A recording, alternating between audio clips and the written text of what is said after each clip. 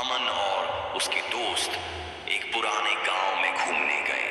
गांव के बाहर एक सुनसान हवेली थी जिसके बारे में कहा जाता था कि वह भूतिया है।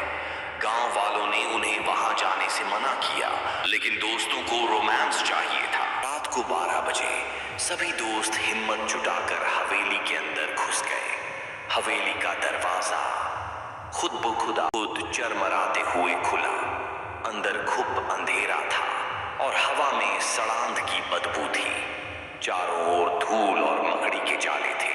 अचानक दोस्त रोहित ने देखा कि हवेली के अंदर एक पुराना झूला हिल रहा है, लेकिन वहां कोई नहीं था। दोस्तों के दिलों की धड़कनें तेज हो गईं। अचानक हवेली के अंदर एक बच्चे की रोने की आवाज सुनाई दी। अमन ने सोचा कि कोई मजाक कर रहा है, लेकिन जब उसने आवाज के पीछे जाकर देखा तो उसके होश उड़ गए। वहां एक छोटा बच्चा दीवार पर बैठा हुआ रो रहा था। उसकी आंखें बिल्कुल सफेद थीं और उसकी हड्डियां साफ दिख रही थीं।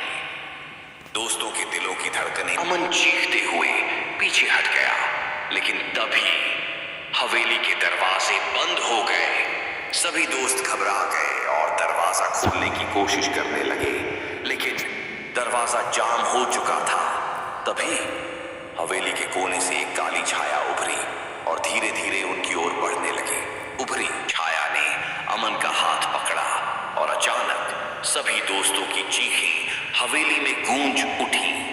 अगली सुबह गांव वालों को हवेली के अंदर सिर्फ उनके जूते और मोबाइल फोन मिले, लेकिन कोई दोस्त नहीं। कहते हैं हवेली में जो भी घुसता है वह कभी वापस नहीं आता।